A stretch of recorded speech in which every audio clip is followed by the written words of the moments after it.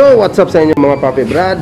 Yan, and assalamualaikum and good morning sa inyong lahat mga Paps. And for today's vlog, yun na nga mga Paps, nakita nyo naman sa thumbnail and sa title ng video na to.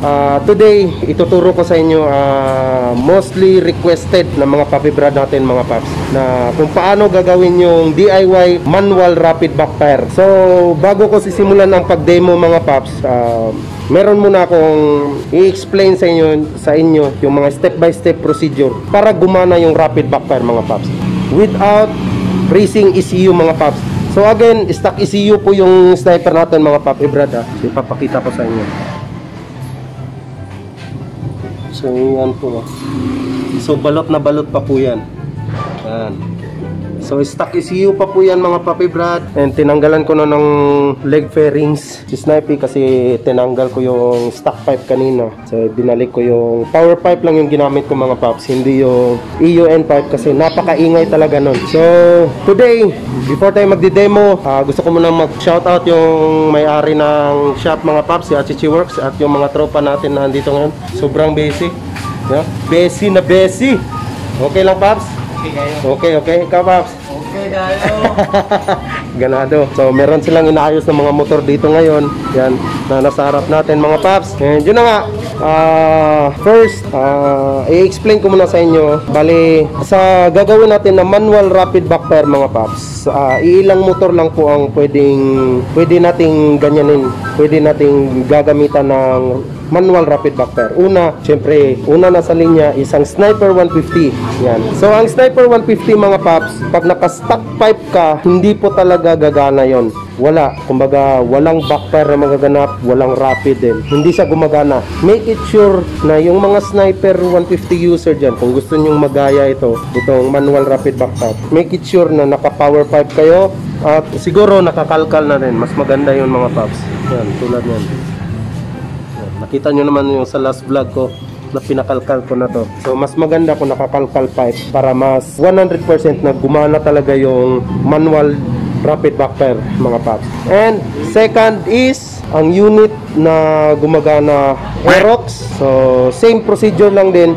So may na-try kami dati yung sa tropa namin na si RJ.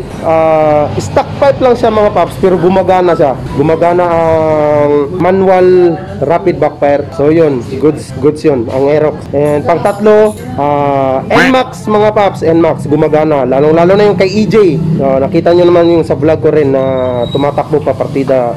Tumatakbo pa siya nun. So gumagana po sa Aerox and NMAX mga Paps ang manual rapid backfire kahit stock ECU lang po. And next is Yamaha M3 or what we call Yamaha MIUI 125. So gumagana po siya dyan mga Paps. So same procedure lang po, pero kahit stock pipe ang M3 mga Paps, ang MIUI 125 gumagana pa rin. So ang Raider FI, I don't know, pero na-try namin, hindi talaga siya gumagana mga Paps sa Raider FI. So pasensya na po kung wala ako masyadong idea sa Raider FI, basta hindi siya gumagana sa Raider FI mga Paps. Pero try nyo na lang sa inyo, baka kung matutunan nyo na yung DIY manual rapid backfire ngayon, try nyo rin sa inyo. So hopefully na makatulong tong video na to mga Paps. And yun na nga, ang first na gagawin mga Papi Brad, pag gusto nyo magkaroon ng manual rapid backfire, magkaiba po ang carb at saka FI.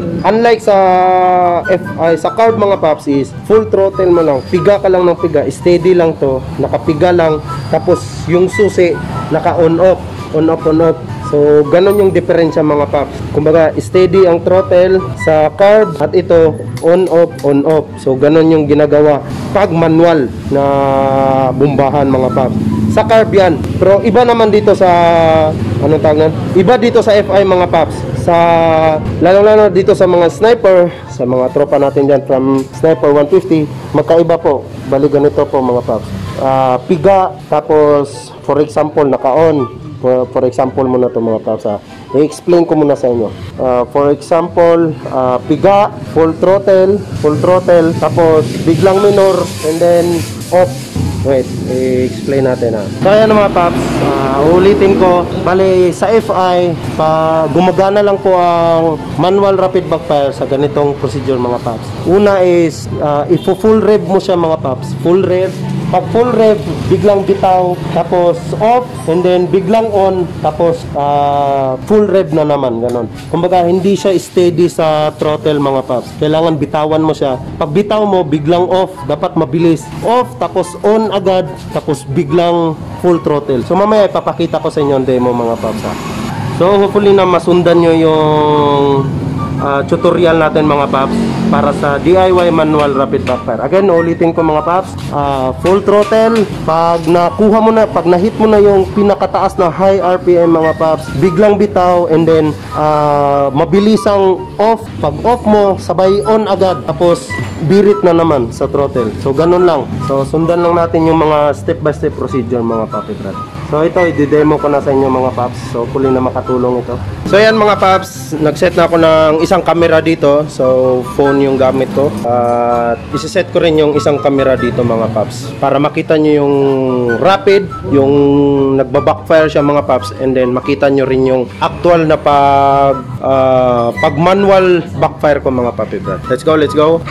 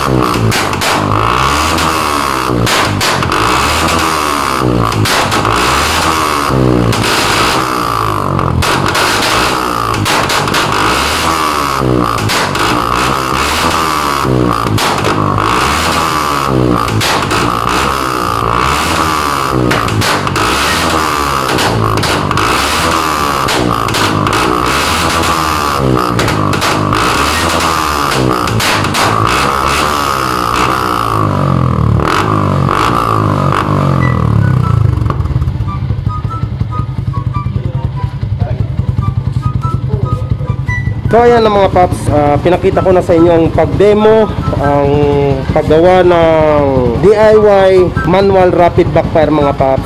So ganun lang kasimple, ganun lang kadali. Again, kahit hindi kayo naka racing ECU mga paps, kahit stock ECU lang, lalong lalo na sa mga Sniper 150 user dyan, sa mga papi brad natin, pwede nyo itong gawin mga paps. Again, kung gusto nyong gumana ang DIY manual rapid backfire mga paps, first thing to do, naka power pipe kayo mga paps, tulad nito, power pipe.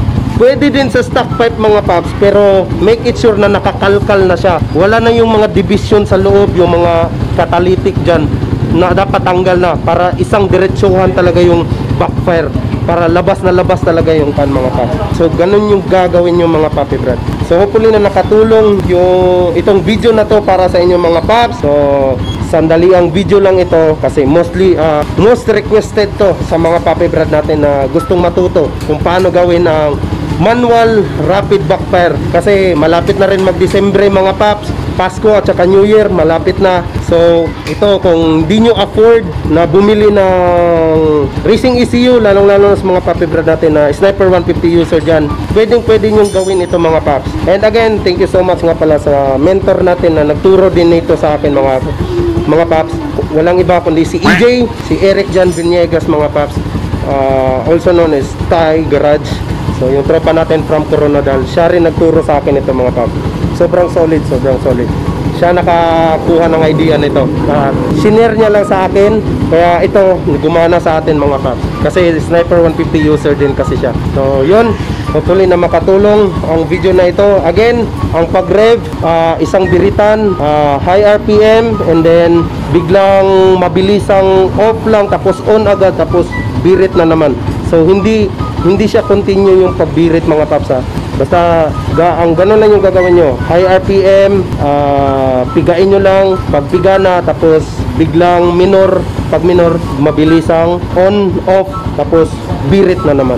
Ganun ang gagawin nyo mga paps. So ayan, so bago natin tatapusin yung vlog na to mga paps, i-demo ko ulit sa inyo. Ipapakita ko for the last time. So ito na.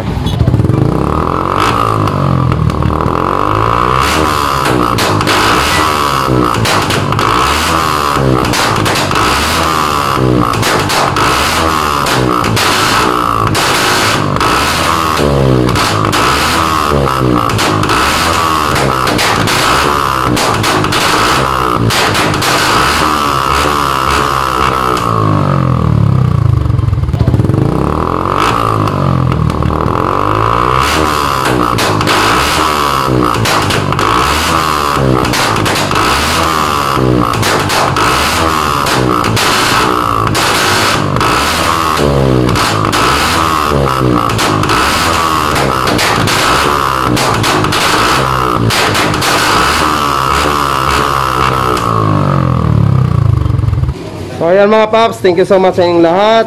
And syempre sa mga papi brad natin dito ngayon, si Achiche. And sa mga tropa natin yan. Shoutout, basig naman gusto shoutout paps. Ha? Wala na. White House Racing. White House Racing Team. Yun, so shoutout sa inyong lahat. And hopefully again na makatulong yung tutorial na to mga paps, itong video na to para sa mga papi brad natin na gustong matuto ang manual rapid backpack. So yun, thank you so much sa inyong lahat. Ride safe mga paps, and advance Merry Christmas and Happy New Year. So malapit na mag-Desembre, so bumbahan na naman to. Peace!